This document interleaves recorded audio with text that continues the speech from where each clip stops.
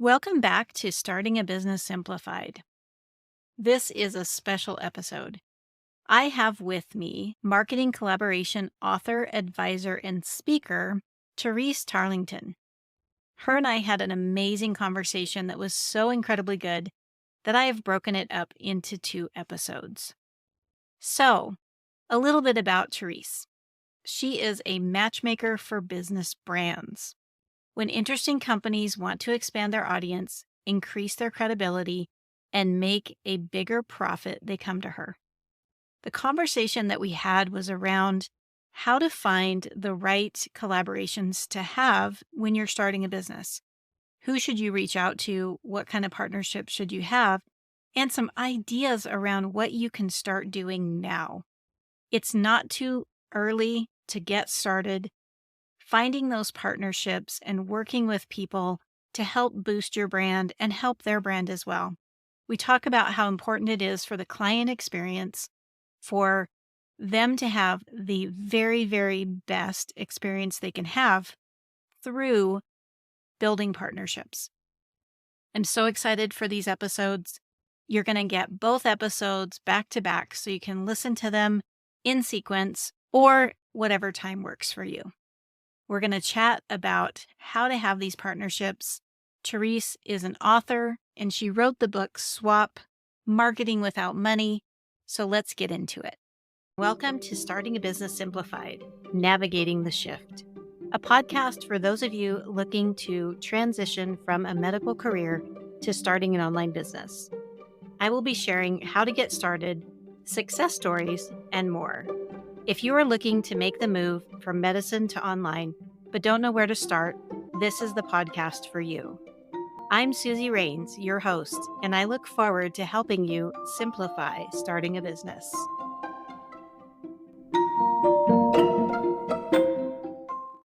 Hi, Therese. Welcome to the podcast. Oh, Suzy, it's such a pleasure to be here. Thank you so much for inviting me. Oh, you're welcome. And I am so excited about this topic because I introduced you earlier. But before we dive into our topic today, if you wouldn't mind just sharing a little bit about yourself.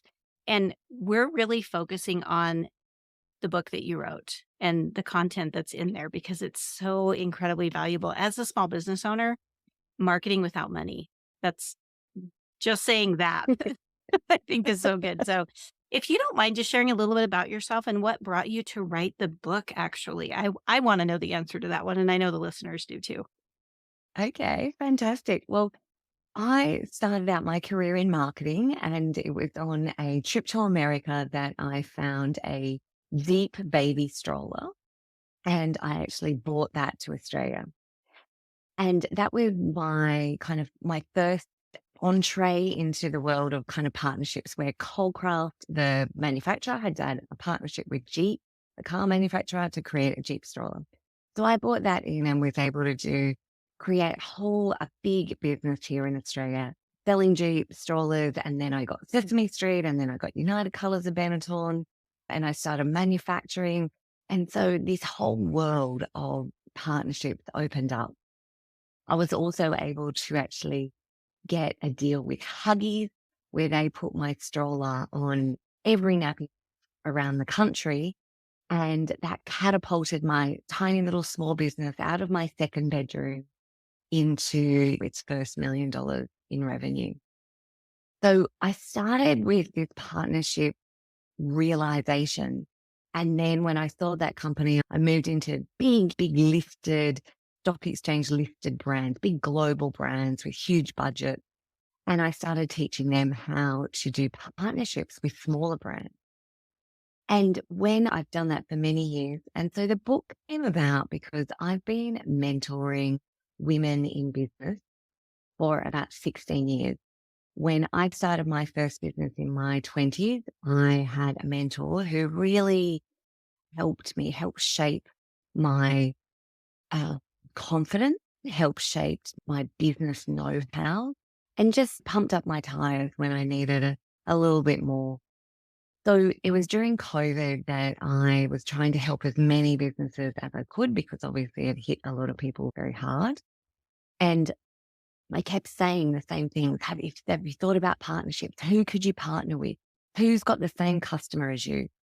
And then someone said to me, have you got something written down? Because I love our conversations, but I know I'll forget all the detail. Have you got something written down? And I said, oh, no, that's a good idea. That's a really good idea. I should write this down because then I won't have to say the same thing over and over again. I just decided, you know what? I'm gonna write this book, Can. So it was the beginning of 2021, and I decided that personally, that would be a great thing. I'd be from a rewarding experience in terms of for me to be able to call myself an author would be like a bucket list thing. Like, oh my God, how cool would that be? I would aspire to be that, to be an author. And at the same time to try to help as many small businesses as I could.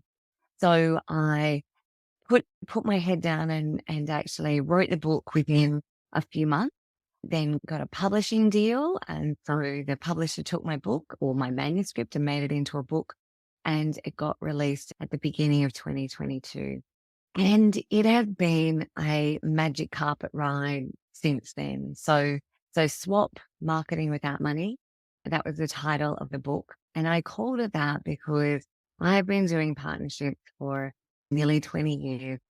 And it is when you do a brand collaboration, when multiple brands come together and create something irresistible for their mutual customer, but they can both grow in the process.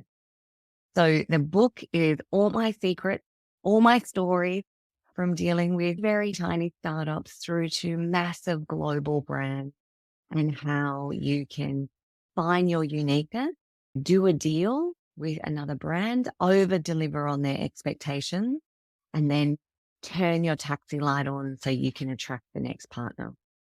I love your journey to get here and you saying that you were doing this out of your second bedroom. I kind of want to go back to that because the listeners, we're all in that place. We're brand new, just starting out. And I get this question all the time from clients and other business partners that I work with. It's how do you get the clients that you need that want what you have? But part of it is what you said. It's finding those partnerships. When you're small, you find someone that's a little bit bigger, maybe, or a little bit more recognized, and be able to partner with them because then they're going to share your brand with their audience. And then your audience is going to grow because they know the bigger brand. I guess if I'm getting that right. 100%, you nailed it. So so going back to the second bedroom, so I had like just started up. I bought the Jeep strollers to Australia, and to just take one little micro step back, when I got the Jeep strollers, I actually went into Jeep, the head office, the car, the vehicle head office. And I said, hey, I just want to show you, I bought Jeep strollers to Australia and I just wanted to I'm not sure if what we can do together, but I wanted to show you. And I met with the PR manager, and the PR manager, public relations manager, was just about to go on maternity leave. And she said, oh my God, I love it. And she said, how about I do some PR for you and you give me a stroller? And I said, amazing, done, amazing. Now she got me in every newspaper in Australia, it's called the Financial Review, which is like our big kind of financial newspaper, through to our masthead papers in our capital city, like the Sydney Morning Herald. I even through to like regional, really like regional areas of Australia, like the Wagga Gazette, every baby magazine. It was like Woman's Day, like big women's magazines, through to men's health magazines. Like she literally got my brand everywhere.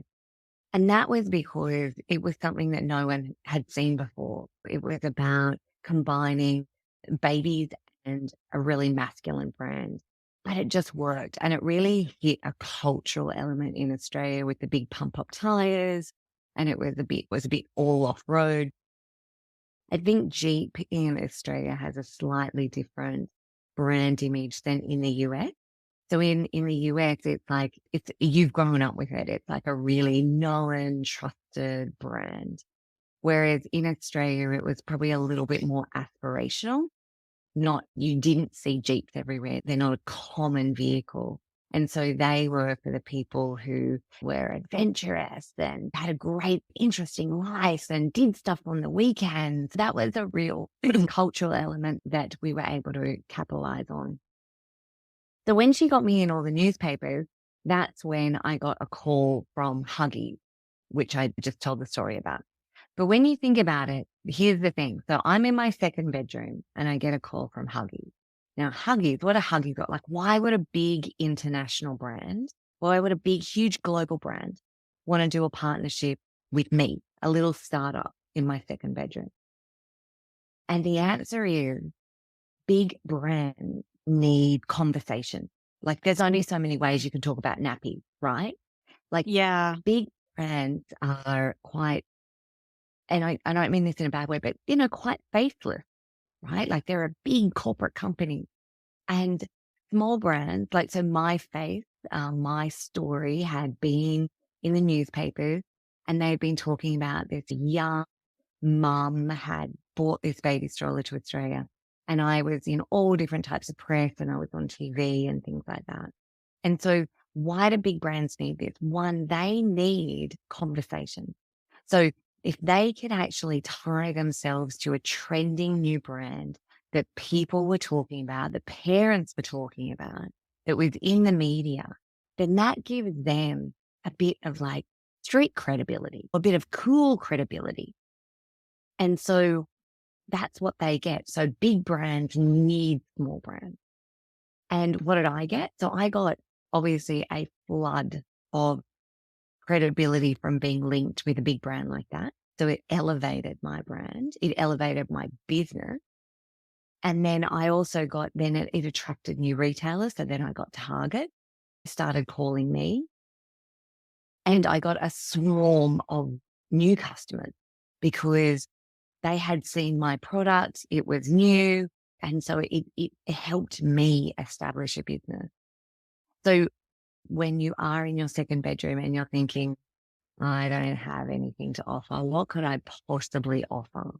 As I'm just going to say it again, big brands need what small brands have. And that is about identity. It is about enthusiasm. It's about connection. It's about engagement. And it's about your identity. They want to tie themselves to ambassadors and people that have a relatability that can increase the chatter, the engagement with their brand. Yeah, and I also think that on that same feeling is that everybody has a different audience. So you're going to reach people Brand. in a different way depending on what audience they're in front of. So you don't necessarily and I want to speak to those people that are like, "Well, I can't talk to a huge brand corporate. I can't go to Walmart and pitch my services to this huge company because why would they want to do anything with me?" You can start with any type of a connection. So, for myself, as an example, every time I talk to people, they're telling me, my clients need what you do before they come to me. They're recognizing the need in their client, in their audience. And so it's like, okay, well, how can we work together then so that your people know about me because they need my service, but then so that we can work together and your clients need what I have and my clients need what your clients have because 100%. we can't serve everybody. We can't do everything for everybody. The audience that I speak to mostly and that I work with are women coming out of a health profession. So they're coming from the healthcare industry with all these connections with healthcare people.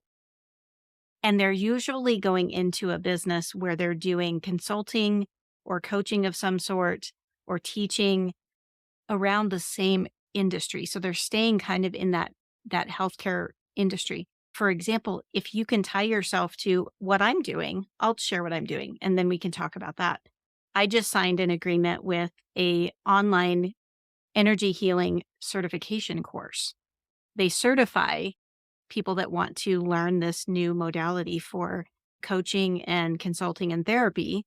And they certify them in that modality for teaching it, to coach it, but they don't teach them how to start a business.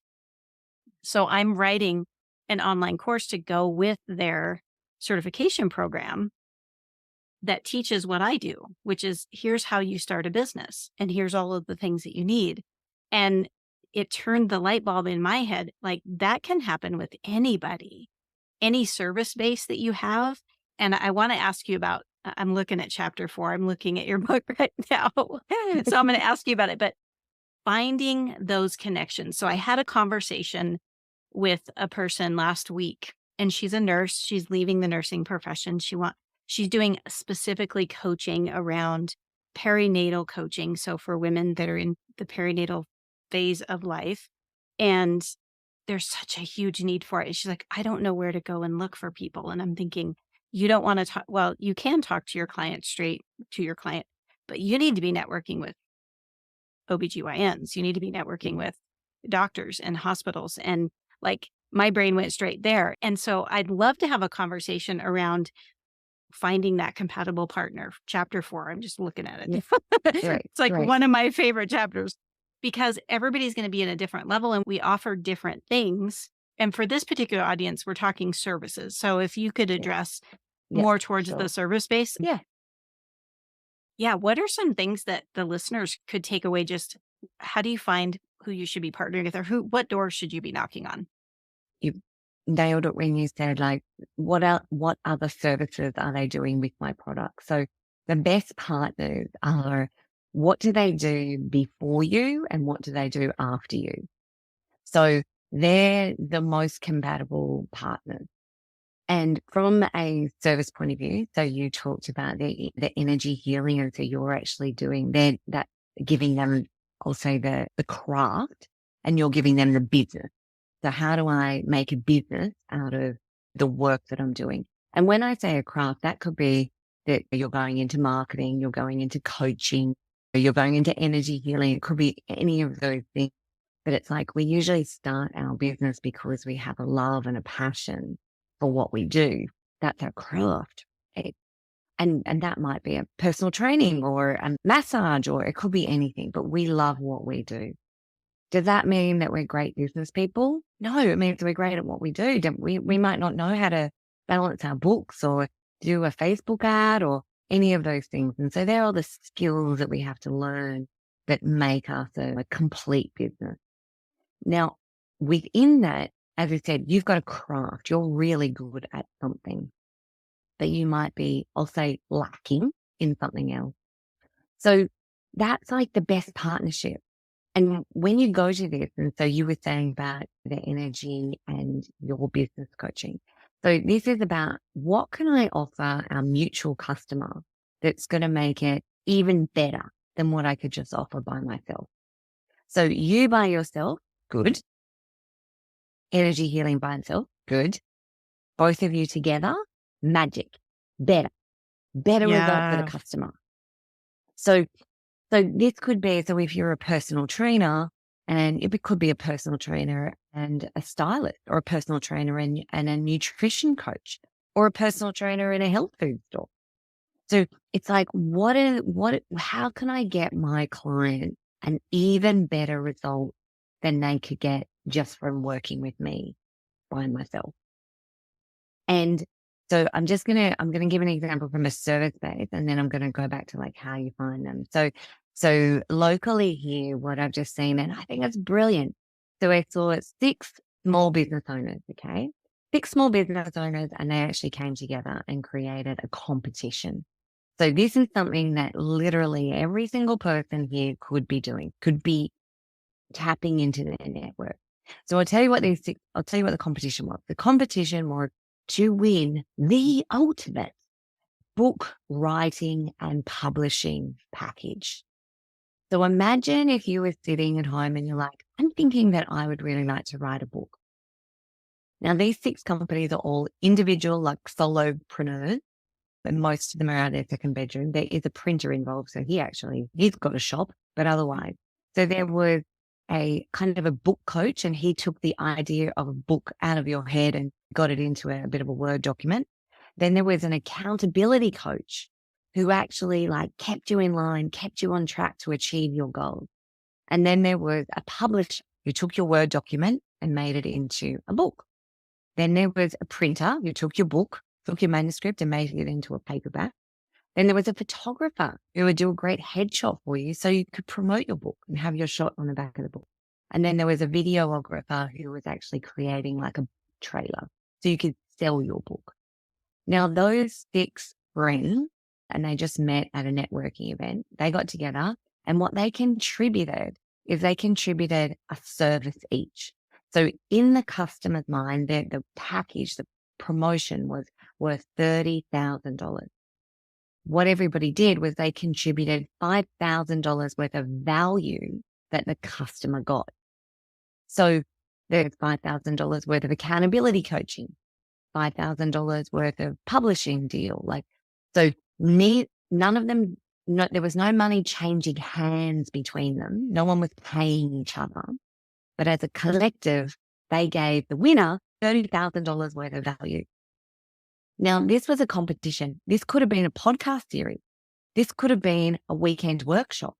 This could have been a book. This could have been a series of small ebooks. It could have been anything, right? But the point was they all had the same mutual customer, but they didn't compete. And so the winner, but obviously there was one winner who got the whole pet thing. But then there were like thousands of people who then they could market to and they could help them. So they could say, here's how you start writing and here's the structure. And then if you need help, here's how to stay accountable. And then when you need to go to a publisher, here's what you need. And they were able to take the customer on a journey. So the customer got to feel what it was like to work with each of those 6 companies. And they knew the path from having an idea in their head to actually having a book in their hand. That's And brilliant. That's the value of a great partnership, right? And as I said, these are just tiny little small businesses. These are not Huggies. These are just tiny small businesses, most of them working from home. It makes me think about this podcast. So for those of you that follow the podcast, I have so many people on here that I love having conversations with them, and we've connected. And that's what I'm doing now is I'm figuring out where we can work together and what that looks like and how we can do things like you just described in a way that's going to help introduce me to their audience and them to my audience, and then figure out a way to have that work. And I think that these conversations as small business owners, I think many times we get intimidated and we think, oh, it's competition, or, oh, they're better than me and I'm not good enough. And if we can get rid of all of that and just say, this is what I'm good at. Now let me go find those people that complement what I do and let's talk. Absolutely. So think of that from a spirit of intent, right? So if you go into this and you're thinking, I want to create the ultimate experience, something super cool for my customer, right? I want them to have this amazing experience. What would be, if I could grab a piece of paper and write the ultimate experience, who would be in it? What would they have? Would they need somebody to teach them about bookkeeping or accounting? Would they need somebody to teach them about social? Would they need, what would they need to have this perfect scenario where they're having a great experience? And then it's a matter of who are those companies that you can contact? Now, when you think about this, we're not all even. And that's why partnerships are so great, right? So Suzy, you might be able to go to someone and say, hey, I've got this brilliant podcast where I reach thousands of people and have interesting conversations and really help my listeners move to the next level. And so what I would love to do is work with you in this way. And when you say, the people are like, oh, I'm not sure. I'm just little. I don't know if I've got anything to offer. Think of it from this way. Imagine you're sitting there, Suzy, and when we stop talking, you get a phone call. And it's a phone call from another business. And they say, Suzy, I've been listening to you. I love what you do. I tell my clients all the time to listen to your podcast. I think you're fantastic. I've actually got an idea.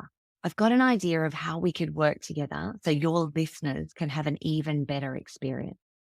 And what I'd love to do is give them X or participate with Y or offer something. Imagine you got that phone call just for 1 second. How would you feel? You'd feel proud, right? Yeah. Yeah. right? So you calling another company and saying, basically, you're saying like, out of all the company, the millions of companies, I'm choosing you. I want to ring you. I'd love to work with you. I love what you're doing. I see you. That's a huge compliment, right? And Yeah. so I really want everybody to feel about when you're like, I don't know how to make that call. Sit in that, like marinate in that feeling. What would it feel like for you if some company, another business called you up and wanted to work with you? They chose you.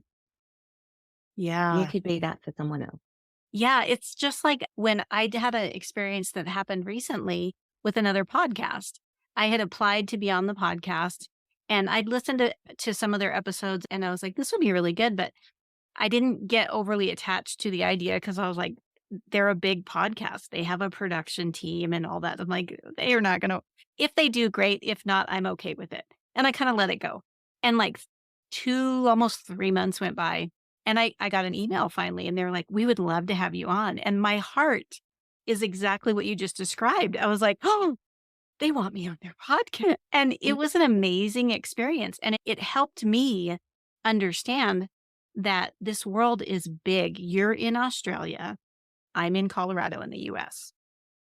We are having this conversation and we're working together, sharing your book on my podcast, helping the listeners. And everybody, I want to say this in a way that the listeners really hear this. So if you're sort of listening and not completely tuned in, give me 1 second and just tune in. Everybody on this planet has something to offer. Everybody on this planet has something that someone needs, wants. And so when I think about my little out of my garage, I'm doing my business, it's like, wait a minute. There are thousands of people out there that need what I have, need to hear what I have to say. And I have to get out of my head and not tell myself I'm just this small person. Because, okay, Therese, we're talking right now. You were in your second bedroom doing your thing. And now where are you? And that's the thing, right? If you never ask, the answer is always no, right? Like Yeah. so you're never going to, and think about that. Like, what's the worst thing that can happen, right? When my experience from doing this for decades is most people don't say no. They actually say yes. If they say no, it's not a no forever. It's like a no, I can't quite do that now, or no, that doesn't quite match, or it's never usually a really hurtful no. It's like I just can't do it right now, or I really love that you reached out, but we're just hitting a different market space right now. So who cares? Like you get a no. It's not even a hurtful no. It's a really nice no. How Yeah. I talk about curious conversation. You might go in with an idea of I'm really looking to be a guest on a podcast, or I'm really looking for someone to do a social media competition, or I'm really looking for to speak at their event, or you might have an idea in your head. When you actually start having this curious conversation, you work out that, well, actually, and I say to Suzy, what do you need to you? And you say, well, I'm trying to increase my database, actually. So I'm trying to get email. And I go, great. Okay. Well, how about I could give away my book. We could have a competition and we could get a whole lot of email. Would that work for you? And you're like, wow, yeah, that would be amazing. So when I'll call it pitching, or not really pitching. It's having a curious conversation with another brand. I guess be open to what the possibilities are. So you might be going in thinking that you want to pitch a social media tag and share type thing, but you're actually going to walk out with an email for registration for a competition or something else. You can still achieve your goal, but it might be in a slightly different way so then they can achieve their goal too. I love that curious because it makes me think of we're thinking of the actual client experience. Yeah. So it's okay. we'll use ourselves because we're having this conversation. And I love your example of giving away your books. I hadn't even thought of that.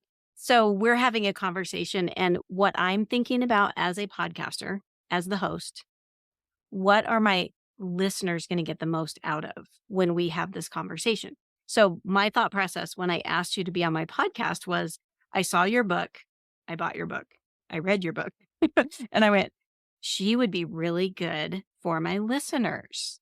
This is a conversation that would be very helpful to the people that are just starting out. That's my listeners. And so I went into it with, how are my clients going to have the best experience? And then it was easier for me to ask you because I wasn't asking you for me. I was asking you for them. That's perfect, Suzy. And that's exactly how you should think about a partnership. Like, yes, you have an ambition, which is to help more businesses through your podcast. And that's a really good ambition. That's a heartful, passionate ambition. If we get all inferior, kind of like imposter syndrome, we kind of go, well, I don't want to ask for me. But it's not about you. It's about the listener. So if you try to take yourself out of that equation, you're not asking for you. You're not trying to get something. You're trying to craft an even better experience for your listener or for your shopper or for your customer or client or whatever you call the person who, who interacts with you. And that's the thing. We need to get out of our own way and go, what would be a great outcome? And so, as I said, like curious conversation, just keep asking people questions. What could I do? How could I offer that? What are you looking for? I mean, even in terms of building those relationships, like I'm always sharing other people's content. And I do it for two reasons. I love seeing other businesses do really well. I love seeing businesses that I'm interested in. Like if I'm interested in it, chances are a whole heap of people that know, like, and trust me might know, like, and trust that other business because I'm saying, hey, have you visited this store? Have you seen this article? Have you read this book? Have you listened to this podcast? And because people know, like, and trust me, then I'm sharing another business and hopefully that I'll pass on that kind of credibility or relatability to that next business. So this is just, and I'm not expecting anything back from that. And I kind of feel like I have a good life and I'm filling up my karma cup. That is how I live my life. I do good things all the time. I want to be a good person, so I do good things all the time. And I do not expect anything back. However, every time I do something good seems to happen to me, like Yeah. in a different way, like in a Yeah. totally different way. It might be that I drop something in the street and someone picks it up and hands it to me. Like it doesn't have to be a business thing. It can actually just be about being, just being a good person. I swear things come back. And as a small business owner, what could you do to just imagine again, like imagine if someone that you don't even really know, they're sharing your podcast and going, you have to listen to this podcast. It's amazing. Then you're like, cool, I don't even know that person and they're sharing my podcast. How cool is this? And it makes you feel great, right? And then that spirit hopefully makes you feel like, do you know what? I'm going to share someone else's book or a podcast or company or business because that's how we all exist. And it's a return. It's Yeah. everything we do. And this is something I truly believe in. And I follow, our energy comes back. So if we have a negative, lower level energy and we're looking at things like, oh, I can't do that. And it's not, if we look at it, I can do this and this is a good thing. And everything that we put out is in that positive, good, I'm doing this out of the goodness of my heart. I'm not expecting anything back. And of course, we are business owners and there are times when we ask for payment. That's normal, but it's not an expectation on when you're working with other people and when you're offering something like with my listeners, this is for them. I'm here solely so that I can help them. And I'm going to tell them that I have services and I'm going to tell them they can hire me. And that's all okay because that's my business. If they listen to my podcast for 10 years and never hire me, that's great if they got information that helped them. And I think that's where there's a disconnect sometimes, I think, when people go into a partnership or when they're looking to work with somebody and they're only thinking about what they're getting out of it. It's like, well, if I go with them, then I'm going to get more emails because they have a bigger list than I do. And it's not about the list, it's about the clients. Like, what is it that you're giving? What is it that you're helping with? Because money and emails and audiences and all of those beautiful things that we want, those come automatically Yeah. when we Yeah. do things out of the goodness of our heart and when we go into things with the right intention. I Yeah. think all of those things, they happen. It's part of Totally. life. And I think you said it in terms of go out with there with the right spirit and think good things will happen. Now, just to hit on that point, we need to be commercial, right? Because otherwise, if we're not commercial, we won't have a business. We'll shut down and we'll have to go and get a job. And then we're not offering our services are gone, right? We can't help anybody. So we need to be commercial about it. We need to make Mhm. money so we can stay in business, so we can exist, so we can offer what we're really great at and help somebody else. So commerciality, I think like never be ashamed or afraid of making money. We need to make money. If I give my customer an even better experience than they could get just from me, then they're going to love me more. They're going to recommend me more. They're going to buy more of my product. They're going to tell other people about me. So yes, I'm doing this because I want my customer to have an even better experience. But the commercial reality of my business is the better service I give to my customer, the more likely they are to spend more money, stay with me for longer, and tell other people about me. Yes, I am so glad that you brought that up. And that was a perfect way of describing it. And I have a whole section that I coach people on all about client experience because I think that's something, this is my own opinion. I feel like that's starting to fade. It's more of the sell something quick, make a quick buck. And there's so much more value in really over delivering. And it's easier to over deliver now. Technology has made it so easy to over deliver on things, and it doesn't cost a lot of money. And so I love that you brought up the fact that if you take care of your clients and you give them a better experience, give them better than what they think they're getting, and they will come back, they will spend more, they will bring their friends and their family and everybody else. So it does come back. It's not about doing it the cheapest way and to get the most money the quickest way. Like that, I don't believe in that. That's not what I teach people. Well, and I always say, Suzy, like over deliver. I believe in over delivering. And when I say that, so again, commercially, I'm not talking about over deliver so you're not making money. Right. Talking about there are so many tiny ways that you can over deliver. So just say we did a partnership and we both agreed to share it via email and share it via social. And we put something down on a piece of paper and made that agreement. Then whatever I agree to, I always give an extra thing, right? Like I'll always do an extra post or I'll put it all out on my personal accounts as well, or I'll introduce them to somebody or I'll do something extra because I want to be the person that actually just goes the extra mile. And I believe that is a good thing. So I'm the person who will write a thank you card. When we're actually over delivering from a customer point of view, you should sell them what they bought, what you told them, what the transaction includes. I'm always like, and then I'm going to give them something extra. And I'm not doing it as a schmirky kind of, oh, sign up now and get a bonus, blah, blah, blah. No, I want to give them a surprise that they weren't expecting. I want to give them something because they'll remember, they probably won't remember what I gave them, but they'll probably remember the feeling of getting something that they didn't expect. Yeah. And I believe in that. I believe in that when you're doing partnerships. So I'm always the more generous partner. Again, with very small startup businesses. So, for example, I did a collaboration with a lady at home who was a beautiful cook and made these great dishes.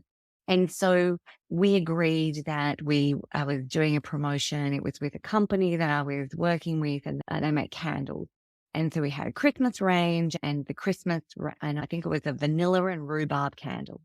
So I gave it to this lady and we agreed that she would create 3 pieces of content. Now, what she did was she created like 30 images because she was taking the photos, right? So she just kept moving different props, different things, different rooms in her house, different things. And I was like, wow. And so she gave me more than I had expected, but she already had the photos. Like it wasn't actually any extra work. So what did I do as a brand? Instead of having 3 opportunities to promote her brand and my brand together, I now had 30 opportunities to promote her brand and my brand together. And then she actually said, those samples that you gave me, do you mind if I actually put together a competition and I'll give away my cookbook and the candles to one of my audience? And I said, brilliant. So what did I do? I shared her competition. So Yeah. if you go into this with the spirit of generosity, so both parties are going to do exactly what they said they're going to do, then you just give one more photo, just give one more social post, just give a thank you card, just give one more thing. Then in the partner's eye, you have just like blown their mind, right? Like their expectation of what you were going to deliver and what you did, you've now over delivered. So then do you think they're going to say, oh my gosh, you should totally work with Therese?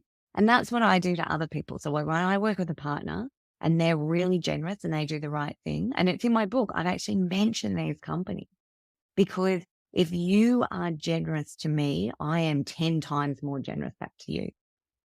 And that's the spirit of a great collaboration. If you go into a collab and you're doing like a bartering system, you're like, okay, how many followers have you got? Well, I've got double the amount of followers. So I'll do one post and you have to do 2 posts. And it's this bartering system.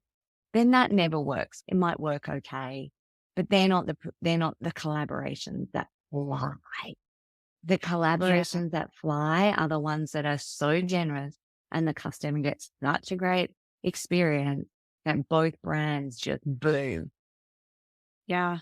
So many things are going on in my head because I've been, I told you this before we hit record. I have a list. Like I sat down and I had this intuitive hit of just information that downloaded. And I just grabbed a pen and I just started writing down names of people that I would love to do collaboration with and in some way, some form or fashion. But I want to say, first of all, I'm going to ask you if you wouldn't mind sharing your number one tip is that you give people brand new starting out of how they can do the swap marketing without money. Okay. So I guess my tip is always like offer more than you ask, which I just touched on, which is just about being generous. And as I said before, it's about just ask the question, just reach out to people. People will usually say yes. But in terms of the how, like, oh, you've told me, I get it. And now I really want to do it, but I'm kind of a bit scared. I would say I talk about like do a shopping list of all the things that you've got to offer. And as I said, this is not about I have 623 followers on Facebook and 457 on Instagram and like this. It is about you need to know the number, right? I know the numbers because they mean something, but it's about what could you offer? So I deal with lots of small businesses and they're like, I don't have anything to offer. And I'm like, you do. You have so many things that you're sitting on a pile of gold. You just don't even know it. So, what is the pile of gold that Therese is talking about? Tune in to the second half of this episode to hear what she has to share. And there is also a gift involved. Yes, there will be a gift involved. So head to part 2 of this episode and listen to hear what's the pile of gold that you're sitting on that you don't know about. Thank you for listening to this beginning episode of our conversation with Therese Tarlinton, the author of Swap Marketing Without Money. So you can get a free audio copy of this book by clicking on the link in the show notes. It will take you to Therese Tarlington's website and you can sign up to receive a free audio copy of the book. I highly recommend that you listen to this book. There's so many great things in there, and it will give you an opportunity to learn more about the conversation that we're having in these episodes.